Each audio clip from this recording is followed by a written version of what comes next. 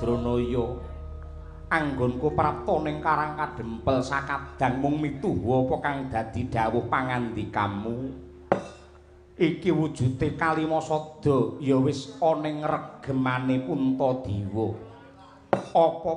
becike ndak pasrahake marang panjenenganmu Kyai mboten sinuwun mboten ning intinipun ndika kabeh momongan kula para Pandhawa lan sumrambahipun para kawula sampun ngantos lali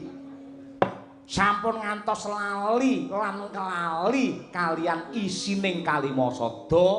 ingkang tetela dados jati dirine bangsa nggih namung kanthi Kalimasada menika ingkang saged kinarya dados pangiket lan ngayomi dumateng sadhengah titah ing mapan wonten negari sampeyan Ngamarta mboten wonten sanesipun iya Kyai Semar mila saking menika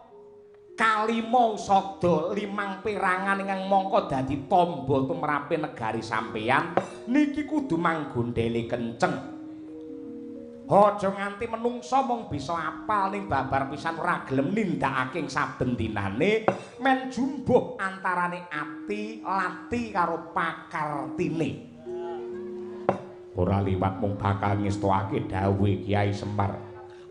banjur anggenmu ngumpulake para kawula pinandhikan dening para Kyai Brahmana ning Karang Kadempel yektine Kyai Semar duwe panjangka apa duwe pandhayu apa nggih Ndara Werkudara kula tak matur nggih monggo sak mangke kula dherekaken glejah dumateng lelampahan ingkang sampun kawuri glejah dumateng sejarah riyen para Pandhawa menika sugengipun Papariman Wulandara wiwit saking dipun obong wonten Bale Sigala-gala urip wonten ing wana Eka Cakra lajeng mbabati Wisamarta satemah sampeyan merga teteken tekun katekan kang sedya pikantuk wujudipun kraton Kencana ingkang naminipun negari Ngamarta ingkang mangbangun nganti ripalungguhan iki prasasat kaya emas sinangkling nuwun sewu sinuwun Puntadewa ukurane wong sing apik niku ora mung wong sing tuwajuh ing panembah lan tuwajuh ing pangibadah nanging wong ingkang derajate luhur dhewe niku yen tansah ngagungake rasa syukur marang purbane Hyang Agung wong syukur niku jiwane mulya merga nrima ing pandum lan ikhlas lila legawa nglampahi garising kodrat teng donya niki manungsa mung diwenangake gembleng lan kenceng ing pambudidaya ing lair angudikardi ing batin angesti Gusti ragane makarti jiwane sumarah mring ilahi sampeyan kabeh wis ngunduh wae ngrekasa kaya ingkang kula aturaken nalika ing ngajeng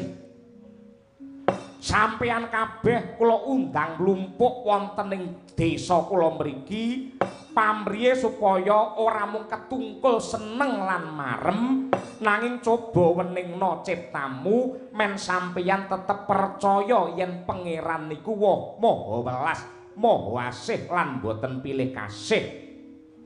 kabeh dumadine lelakon niku yektine kanggo kebecikan lan keslametane titah ing donya tekan delahan kejawi saking menika pangeran ugi sampun paring dawuh ingkang suraosipun sok sapa menungsa sing pinter nyukuri nikmat ingsun yekti bakal ditambah ing reh nikmate kosok baline sapa sing ora gelem nyukuri nikmate Gusti yekti bakal nampa siksa sing banget perih mula sampeyan kabeh kula jak kula kanthi ambangun jiwa sing luhur kanthi gedhekake rasa syukur lan tafakur kaya dene ambangun lawang gedhe utawi regol ingkang tumuju dumateng kamulyan lahir batin nenggih mlebu wonten ing pura Kencana sinuwun.